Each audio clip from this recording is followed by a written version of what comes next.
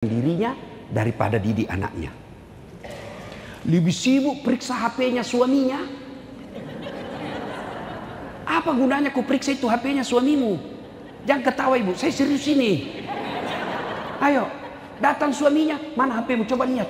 Apa suami bagaimana tidak cepat serangan jantung? Daripada sibuk ngurus HP, urus anak. Urus anak. Suamimu terlantarkan kamu, anakmu nanti yang angkat derajatmu. Suamimu selingkuh, anakmu nanti yang muliakan. Dan itu anak dia bisa bedakan mana orang tuanya yang baik. Kalau ada selisih saya gampang, orang curhat, saya mau tahu suami atau istrinya yang masalah, saya lihat mana dibela anaknya. Maka ibu-ibu, apalagi usia senja, apalagi kita yang sudah muka-muka sakaratil maut, inilah penyakitnya ibu-ibu, tidak mau dibilang usia senja, maunya terus dibilang, oke lah ibu-ibu yang masih cantik-cantik. Masya Allah. Untuk apa lagi? Ayo anak bu, gimana cara didik anak Ustaz? Coba tiap hari bu baru bangun, mau tidur, pengajian. Anak saya bu sekarang kelas 3, namanya Ece. Itu kalau tidur, mau tidur, pasti murattal terputar di kamar. Kalau mati itu murattalnya, bangun dia bu. Kalau AC mati, dia tidak bangun.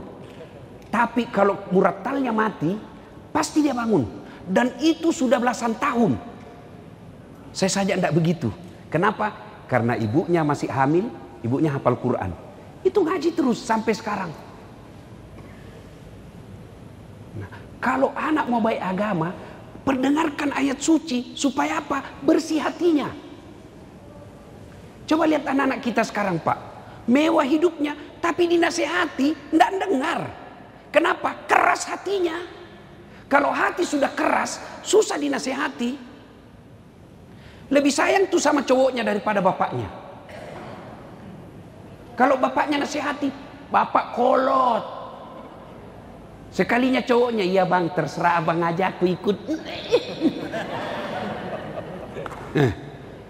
Ya, tua, bu-ibu, cukup kasih makan barang halal anak kita. Barang halal. Nah sekarang orang tua lebih gelisah, malu kalau anaknya tidak punya iPad, malu kalau anaknya tidak pakai behel, malu kalau anaknya tidak punya mobil. Memangnya ada orang masuk neraka gara-gara tidak punya mobil?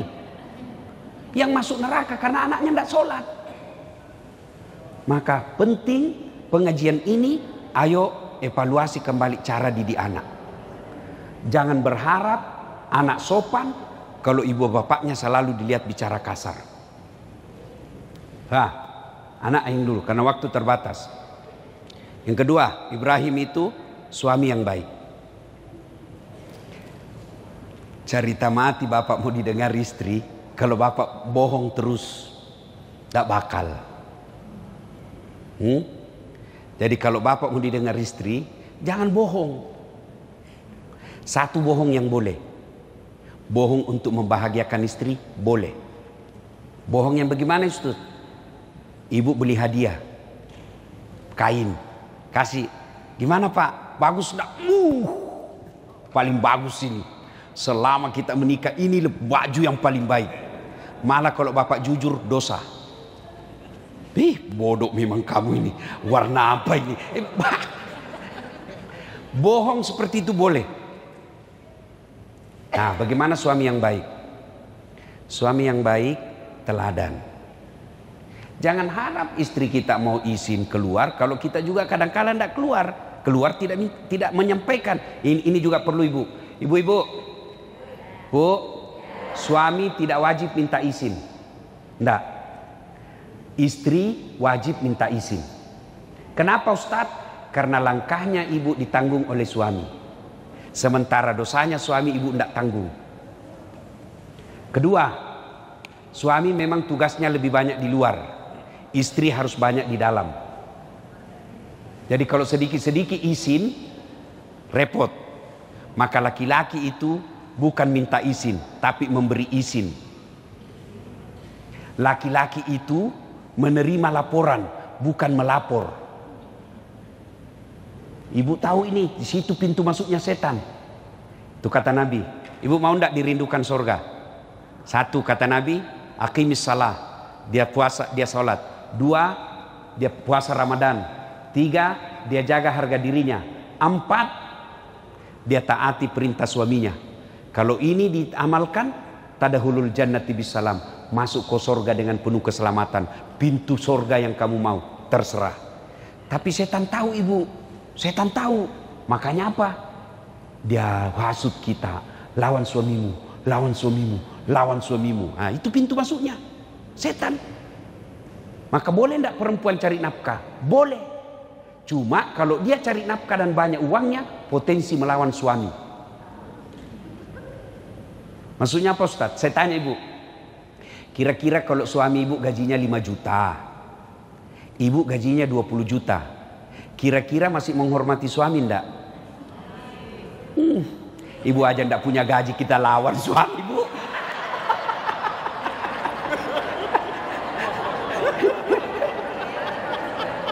Nah, disinilah masuknya setan. Bu, kalau sholat, setan sholat. Tapi kapan ibu lawan suami, maka ridha Allah lepas. Ridhanya Allah, ada ridhanya suami. Nah, maka setan hasut kita. Curiga kok, curiga kok. Curiga. Ketemu tadi cewek. Kalau ibu mau enak, sangka baik. Orang kalau sangka buruk dalam rumah tangga, percaya tidak akan pernah dia bahagia. Coba kalau sangka baik ibu. Telepon suami tidak dijawab pagi-pagi. Oh, lagi sholat duha. Mungkin enak perasaan. Telepon lagi siang. Oh, berjamaah duhur ini. Ya kan?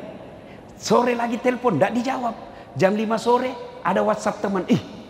Saya lihat suamimu di sampingnya ada cewek di atas mobil. Oh, berarti dia lagi nge-grab. Iya kan? Enak perasaan ibu toh. Tapi kalau sangka buruk terus, ilaha illallah, tidak bisa tenang. Jangan harap istri kita santun kalau kita kasar. Istri saya suka ngomel, takdirnya itu bu. Kalau ada perempuan tidak ngomel, pasti ada kelainan. Benar, hobinya itu perempuan ngomel. Dan satu lagi pak, perempuan itu ahli sejarah. Sekali bapak bikin kesalahan, sudah wassalam. Nggak bakal, itu dia ulang pak. Pak, coba dinasehatin, dia punya salah. Bagaimana caranya dia ngomong supaya kembali kepada kesalahan itu ke kita. Itulah perempuan. Memang begitu fitrahnya perempuan. Bagaimana beratnya penderitaan bapak tidak seberat penderitaan ibu hamil. Ya, bapak merasakan hamil. Gampang. Ambil kelapa pak. 1 biji aja pak. Masukkan di dalam baju. Kemana-mana bawa pak. Mau boker. Itu coba ibu-ibu kalau boker bawa toh. Nggak ada orang mau berak. Simpan dulu berat sekali. Nggak ada pak. Dan berapa lama? 9 bulan pak. Ibu masih ingat waktu hamil? Ingat? Ada ndak yang tengkurap? Selama ibu hamil, ada ndak tengkurap? Gaya pasrah pak. Coba bapak, berapa lama ibu tidak tengkurap? 9 bulan pak. Bapak 1 bulan aja ndak tengkurap, pusing. Iya toh? Coba melahirkan. Masih ingat waktu melahirkan? Masih? Ada ndak ibu-ibu melahirkan senyum? Ada. Mentang-mentang ibu Tendri orang kaya melahirkan senyum, kau nak keluar, kau nak tidak. Dia pas menderita ndak bu? Menderita bu? Sakit bu? Tapi heran kok diulang-ulang. Ndak ada orang melahirkan kalau kurang ajar. Enggak. Sudah itu menyusui. Masih ingat waktu menyusui bu? Apalagi waktu tumbuh giginya. Aduh. Ada ndak dia? Kok gigi saya? Ndak, dibujuk. Aduh papa. bapaknya senyum, Pak. Nih, pagi anaknya, malam. Maka Pak, kalau istri ngomel, bayangkan saja itu 3 perihnya penderitaan perempuan. Coba, lihat toh. Itulah sebabnya Nabi ketika ditanya, ya Rasul, setelah Allah dan Rasulnya siapa yang saya taati? Apa jawabannya Nabi? Ibumu. Setelah itu siapa? Ibumu. Setelah itu siapa? Ibumu. Setelah itu siapa? Bapakmu. Ibu, bapak. Berarti 3 ibu, 1 bapak. Ya toh? Salah paham lagi nih ibu-ibu nih. Itu sensitif sekali kalau kita bicara begini. Coba ulang, ibu, bapak. Berarti 1 bapak, 3 ibu. Saya tidak bilang 3 istri, 3 ibu. Apa maknanya? Itulah 3 penderitaan ibu. Sehebat apapun laki-laki, dia tidak pernah bisa memikulnya. Maka kalau ibu ngomel, bayangkan bagaimana susahnya ketika dia hamil. Mau ndak berhenti istrimu ngomel? Ini rahasianya. 1, puji dia. 2, kasih hadiah. Bapak mau tahu perempuan, sambil kau puji, pegang pundaknya. Pasti dia senang. Wah, makin cantik kau, Dek. Meskipun dia tahu kita bohong, dia tetap senang. Iya tuh, Bu? Iya. Wah, kau tambah cantik saya lihat. Padahal dia tahu bohong ini suamiku, tapi dia tetap senang juga. Maka itu perempuan, kesalahan kita malas memuji. Kalau tetangga, wah puji. Ya Bu, aduh Ibu awet muda kelihatan. Itu didengar istrimu, hancur. Yang kedua, kasih hadiah. Bapak habis dinas, urus usaha, 4 hari baru pulang, bawakan hadiah. Mau itu kembang, coklat, baju, paling senang emas. Ya, kasih emas. Ternyata beberapa hari kemudian dia tahu palsu. Kau bilanglah, kau tahulah sayang, saya mau kasih kau yang emas yang asli, tapi kan lagi serat ekonomi. Meskipun itu palsu, tapi percaya, cintaku 24 karat dalam hati. Mulai dia senyum itu. Iya, istri saya kasih gitu. Palsu Ustaz. Iya, tetap cintaku asli. Dia senang. Kalau dia marah, saya peluk. Marah dia, saya peluk. Bila kamu di sisiku, mulai senyum lagi tuh. Masih marah, ku peluk tambah ku kencing, baru ku bilang, insaplah, wahai. Berhenti dia marah, Pak. Jadi perempuan kalau marah, Bapak jangan marah dan jangan bawa perasaan. Dan itu perempuan kalau sudah di depan kita, Pak, tidak berlaku pangkat jabatan dan sekolah, hilang semua itu. Dia bilang, mamanya cek di rumah istriku, Bu, kamu boleh siga panggung di luar, kau boleh siga mimbar di luar, tapi kalau di rumah kau Hello Kitty. Saya pasrah. Apa daripada kacau rimba persilatan, Pak. Lebih kita mengalah. Kalau perempuan ngomel, puji, kasih hadiah. Bapak anda percaya? Saya tanya, ibu-ibu, biar suami tidak pulang yang penting ada coba dengar. Uang dia cari, Pak. Maka kesalahan kita jarang memuji, tidak mau kasih hadiah. Pasti ngamuk. Ibu bapak saudara-saudara sekalian, pesan ketiga, bersedekahlah. Sedekah. Ibu-ibu yang kaya-kaya ini, yang punya emas-emas berlian, kalau ibu meninggal nanti siapa yang pakai, Bu? Istri kedua ibu.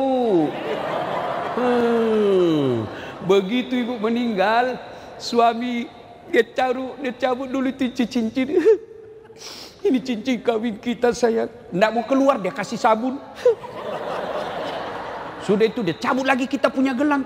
Ini waktu ulang tahun pernikahan kita waktu umrah emas Dubai. Cabut. Sudah itu dia cabut lagi kita punya kalung. Ini waktu dulu kita jalan-jalan ke Singapura. Terakhir gigi palsunya ibu dia cabut juga. Sudah dia simpan sambil penuh derai air mata. Dia simpan di lacinya. 4 bulan kemudian reuni teman SMA. Ketemu cinta lamanya yang sudah janda. Aduh, hancur. Emas yang disimpan baik-baik diambil kembali. Dia senyum bawakan mantannya, Dek. Ini kau pakai saja ya. Sudah mati yang punya. Bu, daripada dipakai istri kedua, mending bawa untuk kuburnya ibu. Dan orang kaya hebatnya, biar dia pakai palsu, orang bilang asli. Ya, Ibu Nur misalnya. Iya, biar palsu, orang bilang enggak mungkin, pasti asli. Maka saya sarankan lebih baik ibu pakai yang palsu. Yang asli bawa ke panti asuhan. Yang asli bawa ke masjid di kampung. Yang asli bawa ke penghafal Quran. Bapak-bapak yang miskin, ibu-ibu yang miskin, ndak usah pakai yang asli. Karena biar asli orang juga ndak percaya. Maka yang asli ibu jual, bawa ke pesantren. Ini disebut pandai menyikapi harta. Percaya ibu, kalau sudah masuk kubur, putus. Kecuali tinggal anak yang soleh dan amal sedekah. Dan demi Allah, tidak ada orang bangkrut gara-gara sedekah. Ustadz, saya dengar ceramahnya Ustadz tadi, rasanya anak saya sudah tidak bisa saya harapkan Ustadz. Tidak tahu ngaji, lancar bahasa Inggris, tapi saya tidak pernah dapati dia mengaji. Lancar bahasa Korea Ustadz, duitnya banyak, tapi tidak pernah saya dapati berjamaah. Jangan putus asa. Anak pesantren ibu urus. Ustadz, saya sampai sekarang belum punya anak. Wala ta'asu min rauhillah. Jangan putus asa. Ibu datang ke pesantren, tanya gurunya, ada penghafal Quran? Ada. Berapa biaya hidupnya 1 bulan? Bu, 700.000 1 orang. Saya tanggung 7 orangnya, 2.500.000 berapa? 20. Nah, saya tidak terlalu kuat kalau urusan uang bu. Ibu-ibu lebih apa? Nah, misalnya 1 anak 700 Ustaz, 3 anak saya tanggung Ustaz, 2.100.000 kirim tiap bulan. Itulah yang menjadi anaknya ibu. Selama dia belajar agama sama anak kandungnya ibu, meskipun tidak dilahirkan. Begitu juga bapak-bapak. Bapak tidak usah jadi ustadz, berat. Gimana caranya? Urus ustadz. Ustadz datang, Ustadz pakai kendaraan siapa? Ada kendaraan saya pakai Ustadz. Bapak dapat pahala dari ustadz, seperti pahalanya ustadz tanpa mengurangi pahalanya pak ustadz. Ibu-ibu punya rumah mewah, supaya malaikat ikut datang. Ayo panggil anak-anak yatim tiap malam Jumat makan di rumah. Jangan makannya seadanya, kasih makanan yang hebat. Dan hebatnya itu ustadz, anak yatim, kalau masuk orang mewah pak, dia terpesona seolah dalam surga. Wah. Tapi kalau ibu undang orang kaya, dia cari yang jelek itu. Gordennya ndak serasi.